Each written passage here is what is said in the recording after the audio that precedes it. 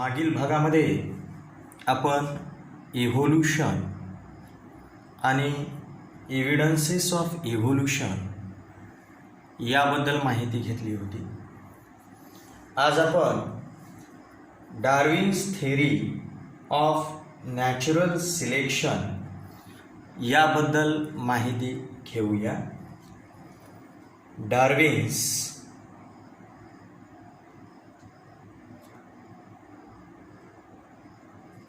theory of natural selection.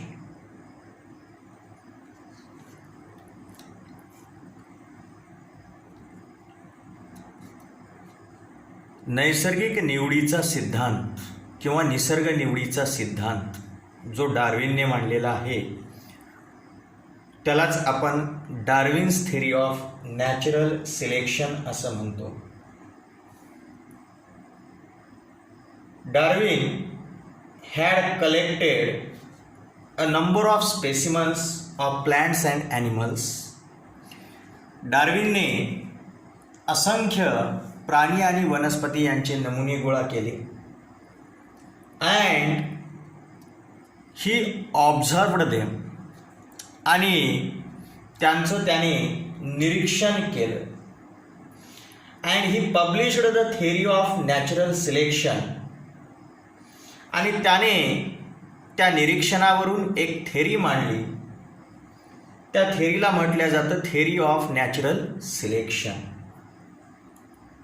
This theory it suggests the survival of fittest. He theory काय suggest करते? ही theory कशाबद्दल उपदेश देते? तर सर्वायवल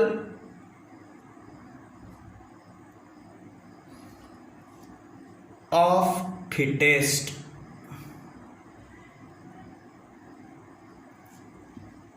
म्हणजे सक्षम ते जगतील असं त्यानं या थेरीमध्ये सांगितलेलं.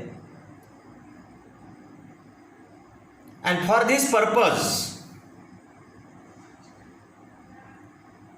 Darwin had published a book. The name of that book is origin of species. ही जी थेरी या डार्विनने मांडलेली आहे नॅचरल सिलेक्शनची, म्हणजेच नैसर्गिक निवड, ही जी थेरी मांडलेली आहे, हा जो सिद्धांत मांडलेला आहे, त्याच्यात त्यानं काय सांगितलेलं आहे की जे सजीव सक्षम असतात, फिटेस्ट असतात, ते जगतात, म्हणजे ते सर्वाईव्ह होतात. आणि त्यामुळे त्यानं या थेरीमध्ये जे काही सजेस्ट केलेलं आहे ते काय सजेस्ट केलेलं आहे? सर्वायवल ऑफ फिटेस्ट, म्हणजे सक्षम ते जगतील असा याचा अर्थ होतो. आणि ही थेरी त्याने ज्या पुस्तकात लिहिलेली आहे, या थेरीसाठी त्यानं एक पुस्तक प्रकाशित केलं. त्या पुस्तकाचं नाव आहे ओरिजिन ऑफ स्पेसीज. काय नाव आहे? ओरिजिन ऑफ स्पेसीज, म्हणजे प्रजातींचा उगम, असं या पुस्तकाचा अर्थ होतो. तर पहा, ओरिजिन ऑफ स्पेसीज यामध्ये त्याने ही नॅचरल सिलेक्शनची थेरी मांडलेली आहे. आणि त्याच्यात काय सांगितलेलं आहे? Survival of fittest. या कन्सेप्टचं एक्सप्लेनेशन देताना त्यानं काय सांगितलंय पहा. Darwin says that all the organisms reproduce prolifically. त्यानं काय सांगितलंय की सर्व सजीव भरपूर पुनरुत्पादन करतात. All the organisms reproduce prolifically. Prolifically म्हणजे भरपूर. सर्व सजीव भरपूर प्रमाणामध्ये पुनरुत्पादन करतात. all these organisms they compete with each other in a life threatening manner. आणि पुढे काय सांगितलं त्यानं की सजीव भरपूर पुनरुत्पादन तर करतात, पण हे जे सजीव आहेत या सजीवांची एकमेकांसोबतच जीवघेणी स्पर्धा सुरू होती.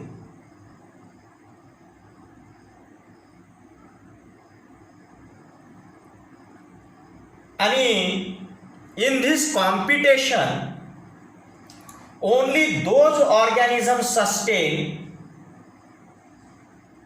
which show the modifications essential for winning the competition. आणि या कॉम्पिटिशन मध्ये तेच सजीव जगतात किंवा जिवंत राहतात only those organisms sustain which show modifications essential for winning the competition. ते सजीव ही कॉम्पिटिशन जिंकतात आणि जिवंत राहतात जे सजीव ज्या सजीवांमध्ये ही स्पर्धा जिंकण्यासाठी त्यांच्या शरीरात बदल झालेले असतात. बट बिसाइड्स धिस, परंतु याशिवाय natural selection also plays important role because nature selects only those organisms which are fit to live. म्हणजे सजीवांमध्ये स्पर्धा असते, जीवघेणी स्पर्धा असते जगण्यासाठी. याच्यामध्ये तेच सजीव जगतात ज्यांच्या शरीरामध्ये ही कॉम्पिटिशन जिंकण्यासाठी त्यांच्या शरीरामध्ये बदल झालेले असतात, त्याप्रमाणे मॉडिफिकेशन झालेलं असतं. याशिवाय नैसर्गिक निवडही फार महत्त्वाची भूमिका बजावते. Natural selection also plays a very important role. Why? का? Because nature selects only those organisms which are fit to live. निसर्ग सुद्धा त्याच सजीवांची निवड करतो जे सजीव जगण्यास सक्षम आहेत. and the remaining means the rest perish. आणि जे उरलेले आहेत जे जगण्यास सक्षम नाहीत म्हणजे असे जे आहेत हे असे उर्वरित जे ऑर्गॅनिझम आहेत ते पेरिश, ते नष्ट होतात. Sustaining and selected organisms can perform reproduction. जे काही असे जिवंत राहिलेले आणि निसर्गाने जे निवडलेले हे जे ऑर्गॅनिझम्स आहेत या कॉम्पिटिशनमधून जे जिंकलेले आहेत असे जे ऑर्गॅनिझम्स आहेत दे कॅन परफॉर्म रिप्रोडक्शन. मग असे ऑर्गॅनिझम हे रिप्रोडक्शन घडून आणतात and thereby give rise to new species with their own specific characters.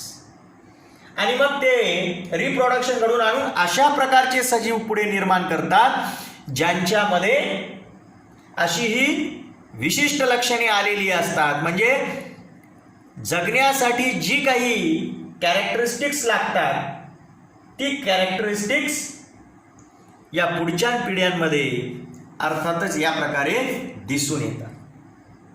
अशाच प्रकारचे हे रिप्रोडक्शन पुढे होते असं आपल्याला म्हणता येते. Darwin's theory of natural selection was widely accepted for long duration.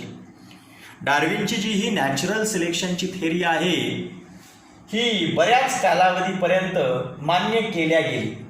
But some objections were raised against this theory. पण या थेअरीच्या विरोधामध्ये काही आक्षेप घेतल्या गेले. त्याच्यापैकी काही आक्षेप इथं आपण पाहूया. म्हणजे या थेअरीला काही ऑब्जेक्शन सुद्धा होती. काय होती? ऑब्जेक्शन्स म्हणजे आक्षेप होती. कोणती आक्षेप होती ते आपण इथं पाहूया. लक्षात घ्या. पहिला आक्षेप असा होता, म्हणजे पहिलं ऑब्जेक्शन असं होतं natural selection is not only factor responsible for evolution. पहिलं ऑब्जेक्शन काय आहे की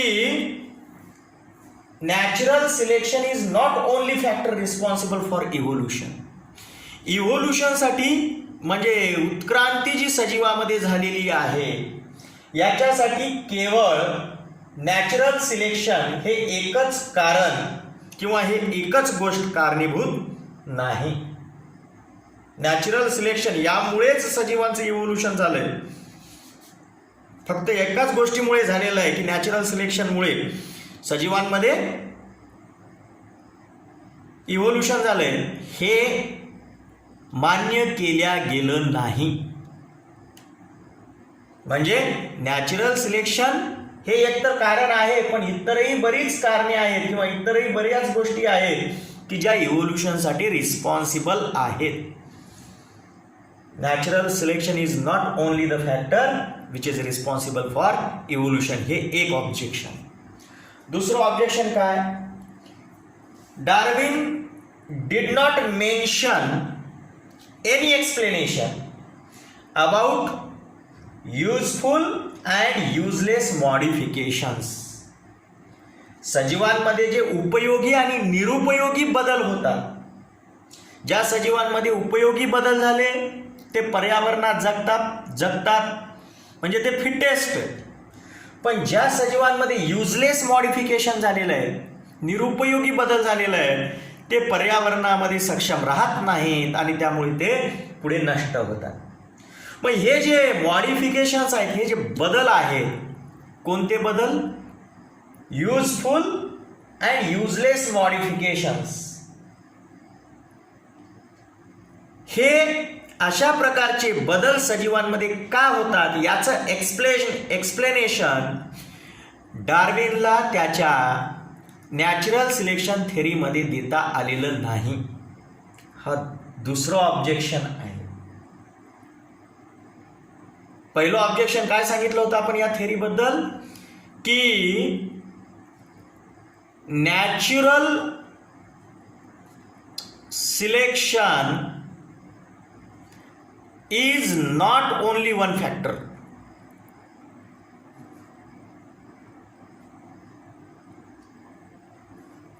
Responsible for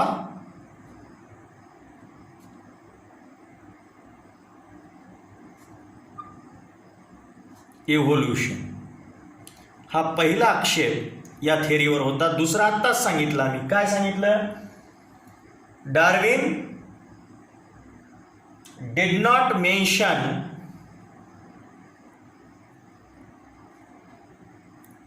any explanation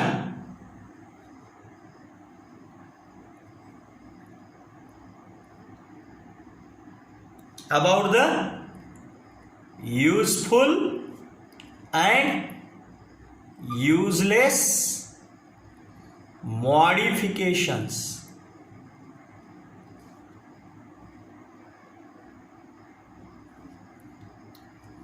Darwin उपयोगी आणि निरुपयोगी जे सजीवांच्या शरीरामध्ये बदल होतात त्याबद्दल एक्सप्लेन करू शकला नाही त्याच्या थेरीमध्ये.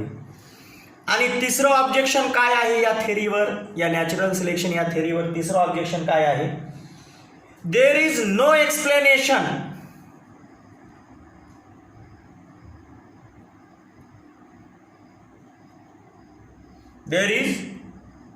no explanation about slow changes and abrupt changes.